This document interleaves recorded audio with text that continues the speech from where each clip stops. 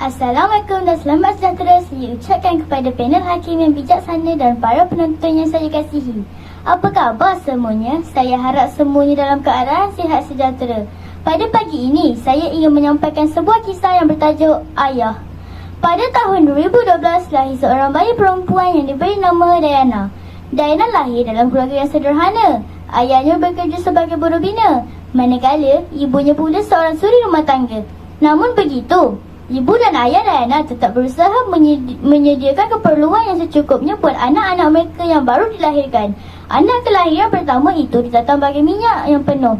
Setiap kali Diana terjaga tengah malam, ayah yang selalu mendodokan Diana dengan lagu yang sama.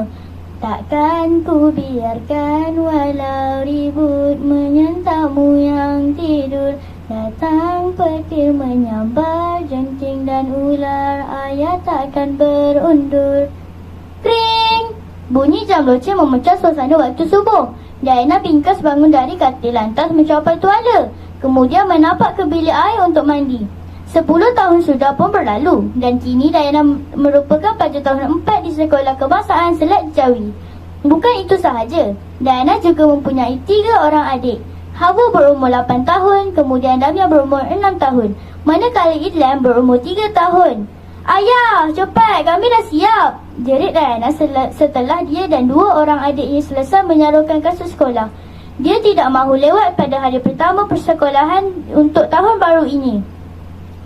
Diana mahu sampai awal ke sekolah kerana dia perlu menunjukkan contoh disiplin yang baik kepada pelajar-pelajar lain. Hal ini demikian kerana Diana telah dilantik menjadi pengawas sekolah. Dalam perjalanan ke sekolah, ayah berpesan kepada anak-anaknya agar menjaga tingkah laku dan adab terhadap guru serta rakan-rakan. Ayahnya berkata, orang yang tinggi adab tapi kurang ilmu itu adalah lebih mulia berbanding orang yang tinggi ilmu akan tetapi kurang adab. Diana menyematkan pesanan ayahnya di dalam hati. Menuntut ilmu hingga ke China, ilmu dituntut wajib diamalkan. Adab wajar diberi cakna agar hidup sentiasa aman. Setibanya di kelas, Diana menghenti langkah lalu merenung wajah rakan-rakan yang dirinduinya satu persatu. Setelah sebulan lamanya bercuti, mereka menyambut ketibaan Diana dengan ceria. Bermacam-macam cerita dikongsi bersama. Dalilah yang duduk bersebelah dengannya menunjukkan jam tangan bernama Daniel Wellington yang baru dibeli ibu bapanya ketika mereka bercuti di Itali tempoh hari. Kenapa kau tak pakai jam? Pengawas kenalah bergaya sikit. Diana berasa sedikit cemburu dengan anak bongsu yang lahir dalam keluarga kaya itu. Semua yang dihajatkan pasti ditunaikan. Semuanya dari tahun lepas, Diana sudah memendam hasrat untuk memiliki jam berjenama itu. Usai sesi pembelajaran, Diana melangkah keluar bersama adik-adiknya. Lalu dia terpandang sosok tubuh yang amat dikenalinya. Ayah Diana yang sedang menunggu di atas motosikal mengukir senyuman kepadanya, namun tidak dibalas. Perasaan cemburu terhadap Dalilah masih menyelubungi hatinya.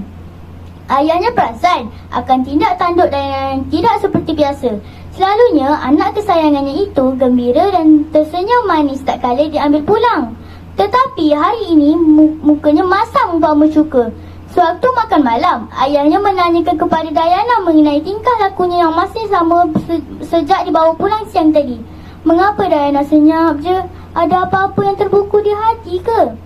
Tanya ayahnya dengan nada yang lembut. Mendengarkan pertanyaan itu, Diana terus menceritakan tentang perkara yang berlaku di sekolah. Diana meluahkan isi hatinya yang terpendam. Diana meminta untuk dihadiahkan jam tangan berjenama Daniel Wellington sempena hari lahirnya yang akan tiba tidak lama lagi. Ibu dan ayahnya berasa berat hati untuk menolak permintaan anak sulungnya itu, tetapi membayangkan harga jam yang bernilai ratusan ringgit itu memaksa mereka untuk memujuk Diana agar membatalkan permintaan itu atas dasar kewangan yang tidak mencukupi. Raut wajah Diana bertukar marah. Kenapa kita miskin, ayah? Kenapa kita susah, ibu? Ni semua salah ayah yang tak belajar pandai-pandai masa sekolah dulu. Sebab tu dapat kerja gaji sikit. Diana bangun lalu berjalan sambil menghentakkan kaki menuju ke biliknya. Pintu bilik dikunci. Diana menangis seesak-esak di dalam biliknya. Ibu dan ayah serta adik-adik Diana terkejut dengan kata yang dihamburkan oleh Diana. Ibu bapanya berasa sangat sedih dan kesal kerana tidak dapat memenuhi permintaan Diana. Pada malam itu, setelah Diana dan adik-adiknya lainnya dibuat mimpi, ibu dan ayah Diana berbincang dan membuat keputusan untuk mengeluarkan wang simpanan mereka di dalam bank demi membelikan jam tangan buat Diana. Keesokan harinya, selepas menghantar anak-anaknya ke sekolah, ayah Diana terus menunggang motosikal ke mesin juruang automatik ATM untuk mengeluarkan wang simpanan sebanyak RM700. Setelah itu, dia menuju ke kedai jam tangan berdekatan. Alangkah terkejutnya si ayah apabila melihat harga jam berjenama itu rata-rata bernilai RM1,000. "Ada tak yang murah sikit?" tanya si ayah kepada pekerja kedai itu. Pekerja itu menunjukkan jam tangan berjenama Daniel Wellington yang paling murah, iaitu bernilai RM620. Yang ayah Diana pun bersetuju untuk membeli jam tersebut. Si ayah berasa teruja dan tidak sabar untuk menghadiahkan jam tangan itu kepada Diana. Dia ingin melihat anaknya gembira semula. Dalam perjalanan pulang, sebuah lori pasir telah hilang kawalan lalu merompok motosikal yang ditunggang ayah Diana.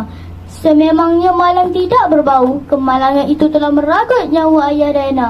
Apabila berita tersebut sampai kepada Diana, hatinya terasa bagai dihiris sembilu.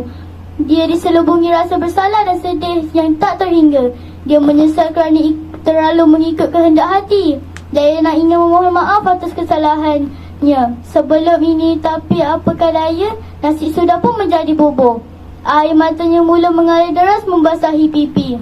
"Maafkan Diana, ayah. Diana minta ampun, ayah. Ampunkan Diana." Penonton sekalian, tamatlah sudah cerita tragis yang bertajuk Ayah. Perjuangan dan pengorbanan seorang ayah tiada tandingannya. Sebelum mengakhiri rakaman ini, saya ingin memetik beberapa pengajaran yang boleh dijadikan teladan melalui kisah ini. Pertama, kita mestilah berhati-hati dalam memperkatakan sesuatu hal agar tidak ada hati yang tergores. Bak kata pepatah, bercakap siang pandang-pandang, bercakap malam dengar-dengar. Kedua, kita hendaklah sentiasa bersyukur dan menghargai segala nikmat yang diberi agar kehidupan terasa lengkap dan sempurna. Justru memperoleh ketenangan jiwa. Akhir sekali, berenanglah di air yang dalam, berceboklah di air yang dangkal. Maksudnya, berbelanjalah mengikut kemampuan diri sendiri. Sekian sahaja daripada saya. Jika ada tersalah bicara, harap diampunkan. Terima kasih dan Assalamualaikum.